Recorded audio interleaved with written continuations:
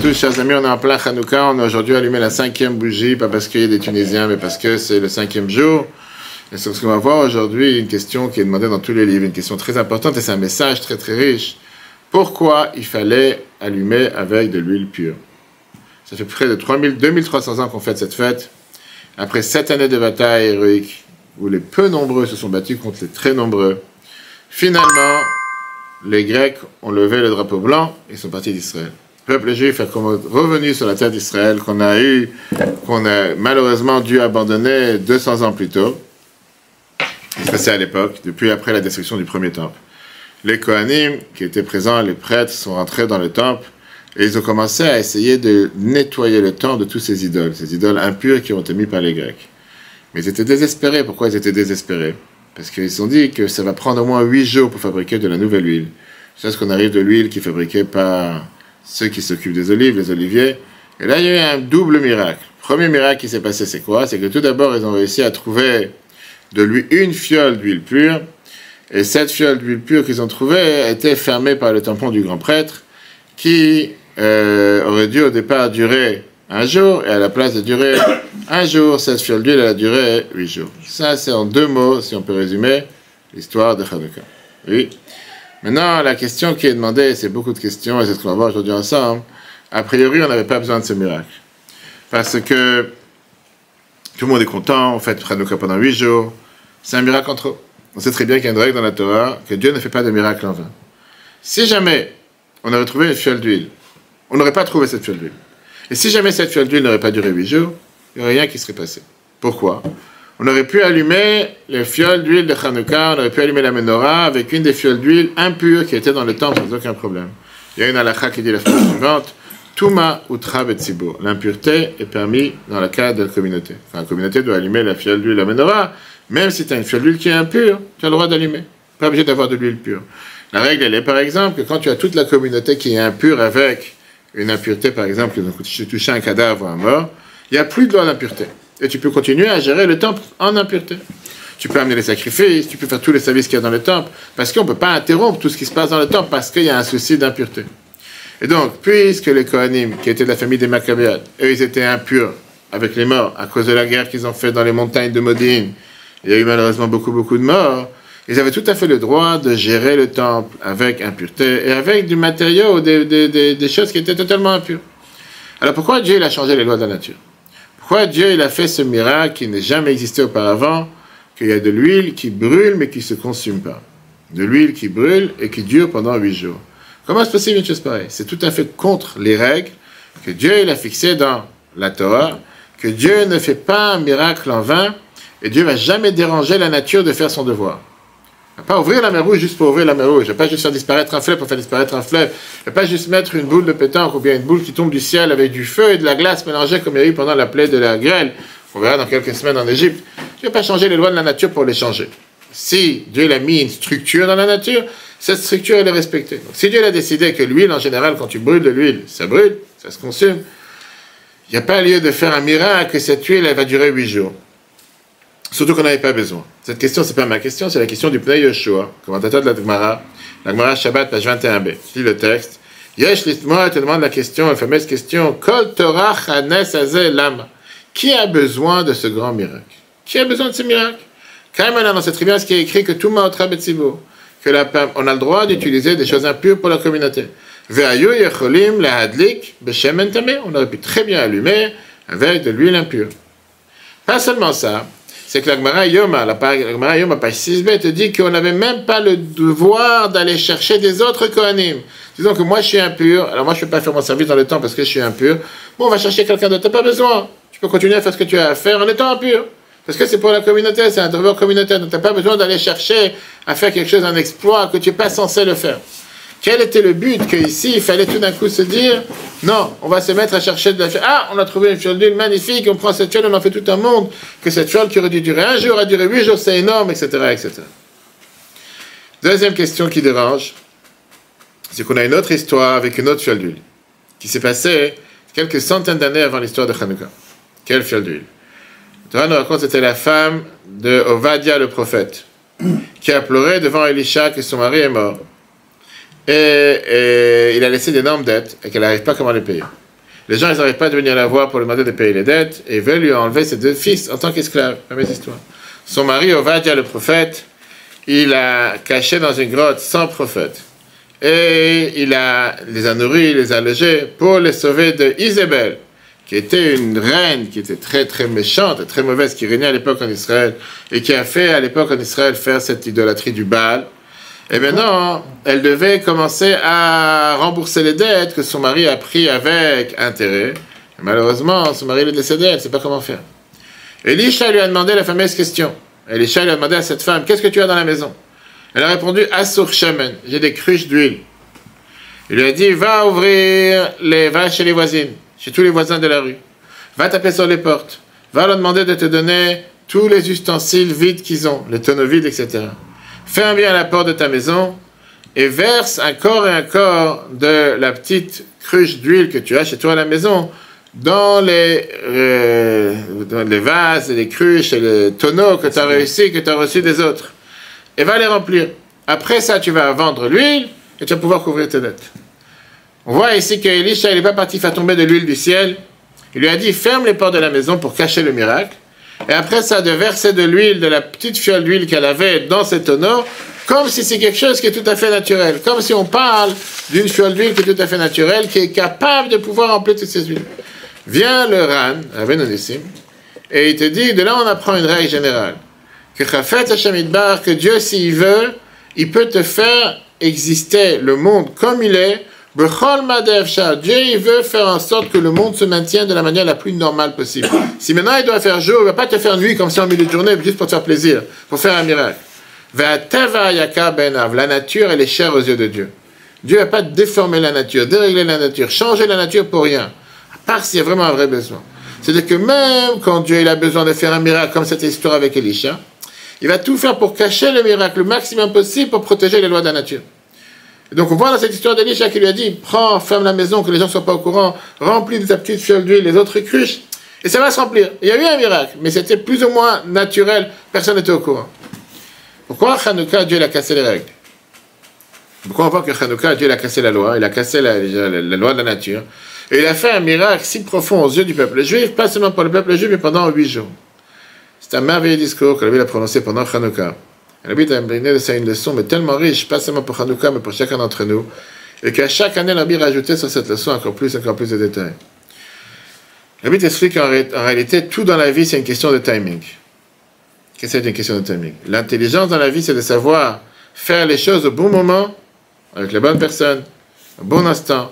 Parce que le moment par lequel tu commences à faire une affaire, ou le moment par lequel tu commences à faire quoi que ce soit, ça peut découdre quelles seront les conséquences de cette affaire.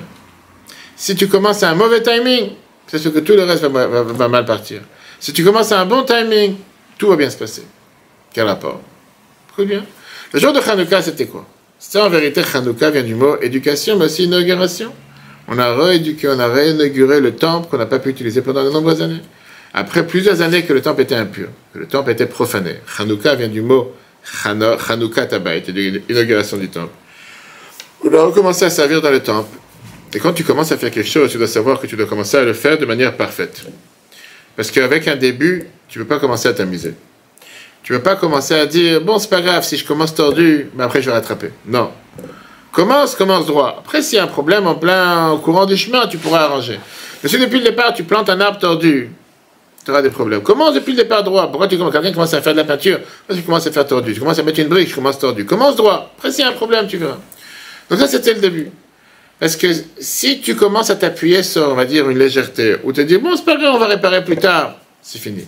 Ce que tu peux faire en plein milieu du travail, par exemple, de pouvoir allumer avec de l'huile impure, parce qu'on a dit tout à l'heure que quand la communauté a besoin, on peut allumer avec... Ça ne peut pas être quand tu arrives le premier jour. Premier jour, ça doit être parfait. Après, ce qui se passe demain, je ne sais pas. Tu viens commencer à travailler un nouvel emploi, un nouveau travail, un nouveau métier, un nouveau rendez-vous, un nouveau client. Première chose, ça doit être parfait. Il n'y a pas droit à l'erreur. Après, une fois que tu es déjà habitué, une fois que tu es déjà dans le chemin, tu pourras éventuellement faire des erreurs et tu pourras rattraper. Mais au départ, non. On voit ça pas seulement dans Hanouka. On voit ça dans des dizaines d'halachot. On va prendre quelques exemples. On va mettre ça dans les côtés. Sichot 21, page 241. L'halakha, elle te dit par exemple qu'on n'a pas le droit de construire le temple Shabbat. Malgré qu'on sait très bien que le travail, le service qu'il y avait dans le temple repousse Shabbat. Beth Amikdash, dans le temple, travaillait Shabbat à plein temps. C'était comme un jour de semaine. On amenait les sacrifices le matin, on amenait les sacrifices l'après-midi, on amenait les sacrifices de Moussaf, etc. Et néanmoins, on n'a pas le droit de construire le temple Shabbat. Pourquoi? Parce que la Torah te donne la même règle. Ce que tu as le droit de faire en plein travail, tu n'as pas le droit de le faire au début du travail. Le début doit être parfait. Construire le temple, pas Shabbat. Une fois qu'il est construit, on commence à faire des choses Shabbat. C'est des choses différentes. Rabbi ramène ça de Rav Yosef Engel, qui était un des plus grands sages polonais il y a plus de 100 ans, dans le débat de Hanouka, qui était dit qu'on sait très bien qu'il y a une règle que la Torah te dit Bikrova et Kadesh, que ça veut dire que par mes proches, Dieu se sanctifie. Qui veut dire un Kohen qui rentre servir dans le temple le premier jour, comme un soldat qui rentre à l'armée en Golan et Givati le premier jour. Il n'avait pas le droit ce jour-là de se rendre impur, même pour un de ses proches qui vient de partir de ce monde. Parce que c'était le premier jour, pas du grand prêtre. Un Kohen, il avait le droit de se rendre impur pour un de ses proches. Premier jour, il n'avait pas le droit. Pourquoi? Le premier jour, tu viens travailler, tu dois le faire avec toute ton énergie, utiliser le temps au maximum, agir à plein temps. Il n'y a pas de rabat le premier jour. Le premier jour, c'est le meilleur du meilleur. Viens là, il te demande quelle est l'importance du début. Pourquoi c'est tellement important comment tu commences la journée, la première phrase, premier rendez-vous, premier téléphone, peu importe c'est quoi. Pourquoi on donne une telle importance au début? La Bible dit que l'idée, elle est psychologique et énormément profonde. Le début, c'est ce qui va définir la suite. Le premier rencontre avec la mission, la première chose que tu dois faire, c'est ce qui va faire en sorte comment tu vas après te positionner pour la suite. Plus le début est réussi, plus l'expérience de la réussite grandit et plus, en final, les chances de réussir ou de continuer dans la mission vont réussir. On a vu ça avec la même, avec ça, là, comment tu te positionnes au départ, comment tu commences, c'est comme ça que ça va continuer. Si tu commences du pied gauche, les choses ne vont pas aller de la meilleure manière. Plus le début, il est catastrophique, plus il y a beaucoup plus de chances que malheureusement les choses ne vont pas être au top comme ils devraient être au départ. Parce que le début, c'est pas seulement une première fois. C'est la graine par laquelle va découler les autres années. Et c'est pour ça que Dieu, il a annulé toutes les règles. En disant que quand tu rentres dans le temple, tu commences à retravailler dans le temple. Après qu'on n'a pas pu retravailler pendant plusieurs années, il faut que ça soit au top, au meilleur, de la meilleure perfection sur terre. Parce que ça, c'est ce qui va être la graine pour les années à venir. Le dit, on voit ça dans la Torah. La Torah te dit clairement que dans le temple, tous les jours, on avait l'habitude d'amener 2 sacrifices. Le sacrifice de Tamid qui était le matin et l'après-midi. Pourquoi on les appelait Tamid? Tamid qui veut dire quotidien. Parce que c'est des sacrifices qu'on amenait tous les jours, matin et soir. Maintenant, le problème, c'est qu'on appelle ça le sacrifice Tamid. Qu'est-ce que ça veut dire Tamid? Tamid, c'est quelque chose qu'on dit que tu fais tout le temps, sans distinction. On dit certains, ils ont dans le mot du Chazan, dans la synagogue, Shiviti Hashem, le nec de Tamid, que le nom de Dieu il est présent devant moi éternellement. Ça veut dire qu'on doit toujours vivre avec la Shrina. Mais la réalité, c'était pas un sacrifice qui était amené tout le temps. C'est un sacrifice qui était amené le matin et le soir, avant la tombée de la nuit. Donc on aurait dû dire un sacrifice journalier, un sacrifice fixe, kavua, yomi. Pourquoi on appelait ça un sacrifice tamid, quotidien? C'est tout le temps. Et la réponse, elle est que ce que tu fais au début de la journée est présent toute la journée. C'est le premier impact qui va faire en sorte de te former toute la journée, qui va avoir un impact sur ton humeur toute la journée. Quelqu'un, la première personne qui te rencontre dans la journée, t'a mis en colère, tu es en colère pour le reste de la journée. Quelqu'un t'a rendu heureux, tu es heureux tout le reste de la journée. Le fait que le sacrifice dans le temple commençait avec ce sacrifice-là, ça donnait un impact pour la suite de la journée qui va se passer de la meilleure manière possible. C'est la raison pour laquelle ce soir, demain soir, ce soir c'est Rosh Chodesh, et c'est pour ça que soit Rosh Hashanah, soit Rosh Chodesh, la Torah n'appelle pas ça Trilat HaChodesh ou Trilat HaShana. On n'appelle pas ça le début de l'année ou le début du mois. On appelle ça Rosh, la tête. Pourquoi? Parce que la Torah te dit que la tête, c'est par quoi va être guidé tout le reste. Si la tête est en bonne santé, tout le reste est en bonne santé. Si malheureusement la tête est en mauvaise santé, le reste ça ne va pas. Donc le début, c'est ce qui va engendrer tout ce qui va se passer à la suite. Dans le monde du commerce, dans le monde des affaires, dans le monde du marketing, il y a une phrase qui revient sans arrêt. Il n'y a pas de deuxième chance au premier impact. Vous avez parlé de cette phrase? Il n'y a pas de deuxième chance au premier impact. La première impression, c'est tout. Il n'y aura pas de deuxième chance si tu l'as. Et aujourd'hui, on va dire aujourd'hui, c'est quelque chose qui n'est plus, pas seulement dans le business ou dans le marketing, mais il est aussi dans l'éducation, dans la psychologie, dans les affaires. Et aujourd'hui, énormément de domaines dans lesquels on te dit que le moment que tu as choisi, c'est un moment qui est tellement important et tu as des chapitres entiers qui te donnent l'importance sur comment tu as commencé quelque chose. Si tu commences comme il faut du pied droit, tu sais que tu as beaucoup de chances que ça va réussir plus tard.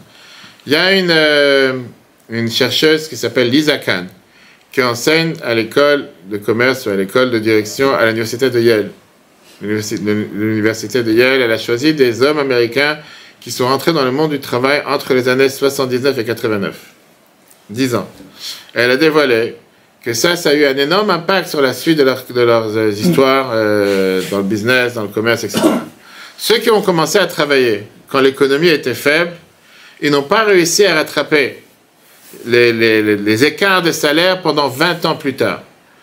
Quand ils sont entrés dans le travail, quand les employés ne cherchaient pas les employeurs ne cherchaient pas à employer des employés, ils étaient bloqués pendant un long moment dans un travail qui n'était pas apte pour eux. Ils ne pouvaient pas demander d'avoir une augmentation de salaire parce que le business, parce que l'économie était faible, la motivation d'agir était moins importante, etc. Et avec les années, plus les années sont passées, après qu'on va dire que la récession est passée, ils ont eu du mal à se réveiller de ce premier impact qui était dans leur tête par rapport à leur chance de pouvoir réussir dans le marché. De l'autre côté, des jeunes qui ont fini le collège et qui sont entrés dans le monde du travail dans les années où c'était le boom économique, où tout marchait à merveille, ils ont gagné chaque année, dans les prochaines 20 ans, un salaire qui était plus élevé que $100 000 par rapport à les autres qui sont entrés les années précédentes. Ce qui veut dire, elle a montré dans son étude que le timing c'est tout. Tout dépend encore. Tu vas dire quoi? C'est ma chance, c'est mon mazal, ça? Pas de mazal. Rabbi explique avec ça un Mishnah qui est écrit dans Pirkei Avot. Pirkei Avot, Maxime de nos pères. Pendant des centaines d'années, on n'a pas voulu en parler à voix haute, mais la Mishnah te raconte d'un sage qui s'appelait Elisha ben Avouya. Parle-lui régulièrement. Elisha ben Avouya, c'est quelqu'un qui est un grand sage et qui malheureusement, à la fin de sa vie, il a dévié de la route et lui a fait avec toutes les prostituées qu'il y avait sur la planète, à tel point qu'on ne peut même pas mentionner son nom, on l'appelle Acher, l'autre. Parce qu'on ne peut pas mentionner qui c'est à tel point. Et néanmoins, il y a une Mishnah qui vient et qui te dit son nom. Mishnah de Maxime de nos pères, chapitre 4, verset 20. Elisha ben Avouya, il te dit, celui qui apprend en tant qu'enfant à quoi il ressemble a de l'encre écrite sur un nouveau papier.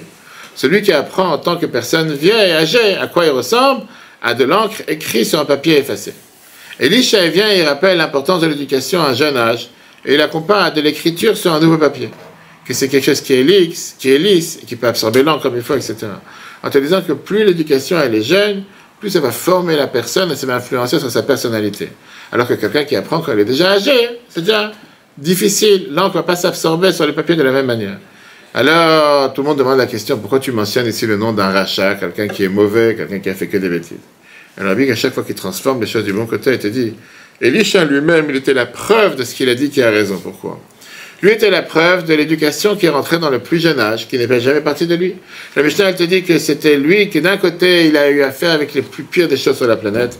De l'autre côté, tout celui qui le connaissait réellement, il savait que dans son fond, c'est quelqu'un de bien. Qui, par exemple, l'histoire que la Gemara Chagiga te raconte, que c'était une fois comment il était en train de faire du cheval pendant Shabbat. Rabbi Meir, qui était son élève, Rabbi Meir, qui marchait à pied à côté de lui, il apprenait de lui la parole de Torah. Alors que l'autre, il était sur le cheval pendant Shabbat. Tout d'un coup, Acher, la Gemara te dit, ce maître, Elisha ben Avouya, il dit à son élève Rabbi Meir, reviens en arrière, parce que je viens de compter par mon cheval qu'on vient de passer le Troum Shabbat. Il y a une certaine limite Shabbat, on n'a pas le droit de dépasser. Plus d'1 kilomètre en dehors de la ville, on ne peut pas aller. Il fait maintenant, tu peux repartir. Rabbi Meir, il était tellement imprégné dans les études de la Torah d'apprendre de son maître, qui est en train de profaner Shabbat, et qu'il n'a pas fait attention, que maintenant on vient de passer 1 kilomètre, etc. Et il était. Ça te montre que quoi? Qu'au final, tu as quelqu'un qui peut-être aujourd'hui ne fait pas ce qu'il faut, mais comme dans sa jeunesse, il a appris, il savait. À l'intérieur de lui, il y avait du bon.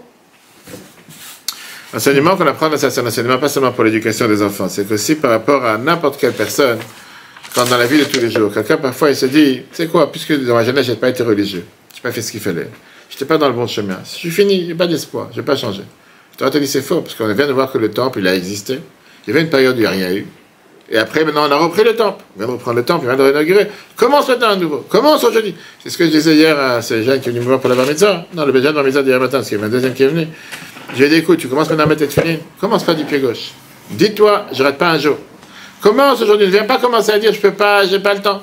Tu commences, tu viens de commencer, tu as à peine 13 ans. Tu ne vas pas trouver 2 minutes par jour. Tu peux trouver 2 minutes par jour. Fais-le. Et au contraire, par ça, tu vas commencer du pied droit. Ça va être tellement imprégné dans toi, tu ne vas pas pouvoir t'en séparer. Et tu seras obligé de le faire. Pareil dans la vie de tous les jours. Quelqu'un qui veut commencer un jour correct, un jour avec de la valeur, un jour qui est avec une réussite, qui fasse attention à ce qu'il fait le matin. pour ça qu'on dit que la première des choses qu'un juif il fait le matin, c'est qu'il fait la prière, qu'il se déconnecte de tout ce qui sont les bruits extérieurs, commence à regarder les dépêches, les nouvelles, les WhatsApp et les bêtises. Ensuite, pour tout ça, j'ai le temps toute la journée. Première des choses le matin, pour ça on dit que les premières choses du matin sont vraiment importantes. Première phrase, première parole, première étude. Que la première chose du matin, je consacre ma tête, je suis réveillé, j'ai ouvert les yeux. Merci Dieu, je suis en bonne santé. Merci Dieu. Comment? Je fais le filim, j'ai un psaume. Chumash, peu importe, chacun ses études. Et après, je peux commencer la journée. Et quand on commence de cette manière, on est garanti de réussir. Voilà la raison pourquoi Dieu a décidé pour Hanouka de changer les lois de la nature alors qu'il n'avait pas besoin de le faire. Il aurait pu très bien utiliser de l'huile impure. On n'était pas censé utiliser de l'huile pure. Il a voulu te montrer que si on vient de reprendre le temple, et on vient d'inaugurer le temple à nouveau, faisons les choses comme il faut depuis le départ. Commence pas en faisant les choses avec une certaine légèreté en disant, bon, puisque de toute façon c'est permis, autant, non. Depuis le départ tu commence du pied droit et tu es garanti de réussir. Le cours en replay sur Torah.fr. Hanouka Samer, Chodesh Tov, que de bonnes nouvelles continuons à faire jaillir la lumière et illuminer le monde. Très bonne journée à tous et c'est Dieu veut à la semaine prochaine.